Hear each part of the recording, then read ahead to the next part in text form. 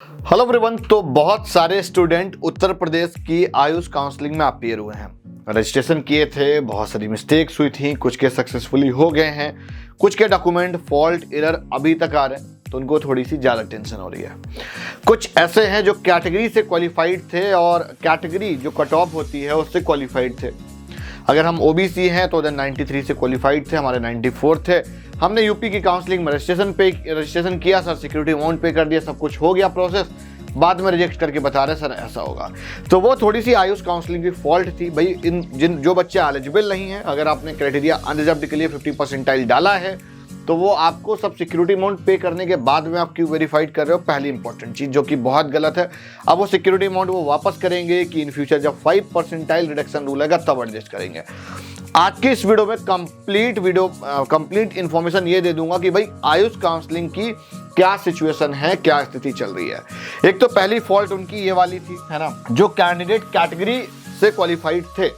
दूसरे वो कैंडिडेट जिनको मॉपअप राउंड में EECC में अलॉटमेंट मिली थी, मॉपअप राउंड में EECC में अलॉटमेंट मिली थी, उन कैंडिडेट के साथ में सबसे ज़्यादा दिक्कत आ रही है, बिकॉज वो स्टेट के लिए एलिजिबल ही नहीं है, वो किसी स्टेट में पार्टिसिपेट नहीं कर सकता है। तो यार ये रिक्वेस्ट है, मैं ये बोलूँगा कि सारे लोग ईमेल करो, जितने भी ऐसे कैंडिडेट है कमेंट करो, वीडियो को अटैच करके यूपीआईएस अथॉरिटी को भेजो, EECC को भेजो कि भैया हमको प्राइवेट कॉलेज के लिए तो एलिजिबल कर दो, कम से कम हमारी तो एलिजिबिलिटी ही खत्म हो गई। अगर हमने मॉपअप राउंड में बहुत सारे ऐसे स्टूडेंट्स हैं जिन्होंने बाय डिफॉल्ट गलती से उनको BHMS उन्होंने फिल कर दिया था, ऑल इंडिया कोटे में उनको BHMS मिल गया, वो भी मॉपअप राउंड में मिला, फिर उनका प्लान चेंज हो गया। तो ऐसा नहीं होना चाहिए, ये गलत है थोड़ा सा। तो दो पॉइंट थे, एक तो कैटेगरी क्वालिफाइड वाला जो फॉल्ट था, दूसरा ये कि उधर मॉपअप राउंड का जो अलॉटमेंट आया था, है ना। अब डॉक्यूमेंट जो भी अनवेरिफाइड कैंडिडेट है, देखो जो गवर्नमेंट वाले कैंडिडेट जिन्होंने गवर्नमेंट के लिए अप्रोच किया है, अप्लाई किया है, देखो उनको तो थोड़ी सी टेंशन होनी चाहिए, बिल्कुल सही है।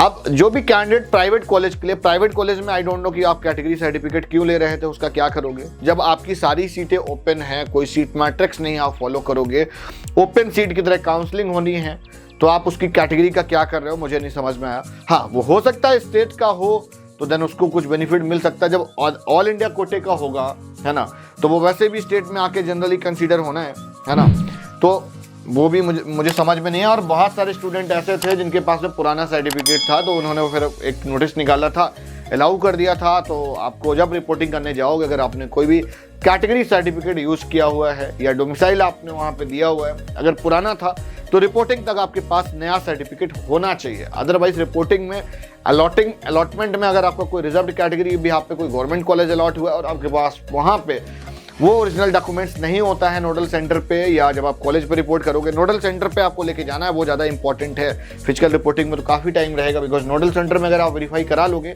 तो आपको काफ़ी कुछ क्लियर हो जाएगा, फिर आपको टेंशन लेने की जरूरत नहीं होगी, बिकॉज नोडल सेंटर पर एक बार अपडेट हो जाएगा तो सारी चीज़ें क्लियर हो जाएंगी। ठीक है, ये हो गया डॉक्यूमेंट्स जिनका वेरीफाइड नहीं था। तो बहुत सारे ऐसे लोग होंगे जिनकी छोटी छोटी एरर हैं, छोटी छोटी मिस्टेक है, कमेंट करके जरूर बताना कि और क्या आप प्रॉब्लम फेस कर रहे हो यूपी आयुष की काउंसलिंग में। चॉइस फिलिंग का लिंक यार अभी तक एक्टिव हो जा रहा था, है ना, लेकिन अब क्लोज है, तो एज पर द शेड्यूल ये एक्टिव हो जाएगा। चॉइस फिलिंग बहुत सिलेक्टिव करनी है, बहुत सिस्टमैटिक कॉलेज रखने हैं, कोई लिमिटेशन नहीं, आप कितने भी कॉलेज फिल कर सकते हैं, आप गवर्नमेंट कर सकते हैं, प्राइवेट कर सकते हैं, BMS कर सकते हैं, BHMS कर सकते हैं, जो भी आपकी एलिजिबिलिटी होगी आप उतने कर सकते हैं, लेकिन चॉइस फिलिंग करते समय मिस्टेक मत करिएगा। मिस्टेक क्या हो जाती है, जैसे आपने आयुर्वेदा भरा तो बाय डिफॉल्ट आपने गलती से BHMS फिल कर दिया तो आपको BHMS मिल जाता है, तो फिर आप वहाँ से चेंज नहीं कर पाओगे। तो बहुत सारी चीज़ें हैं।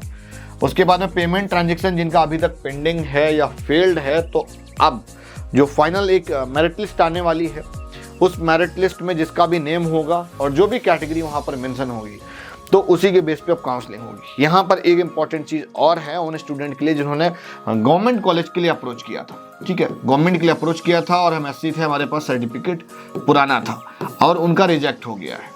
ठीक है ना, रिजेक्ट हो गया है। अब आप क्या करोगे, रिजेक्ट हो गया है, अगर उन्होंने जनरल में आपको कंसीडर कर दिया कंप्लीट मेरिट में, तो आपकी सेकंड राउंड में भी आप जनरल रहोगे, इसमें दिक्कत आएगी। अगर ऐसे स्टूडेंट है तो वो भी मुझे कमेंट करके ज़रूर बताएं, अदरवाइज आप जनरल में काउंसलिंग कर लोगे, गवर्नमेंट कॉलेज के लिए आप जनरल में चले जाओगे, वैसे भी आपको मिलने वाला नहीं है फिर एससी कैटेगरी के अगर आप हो तो।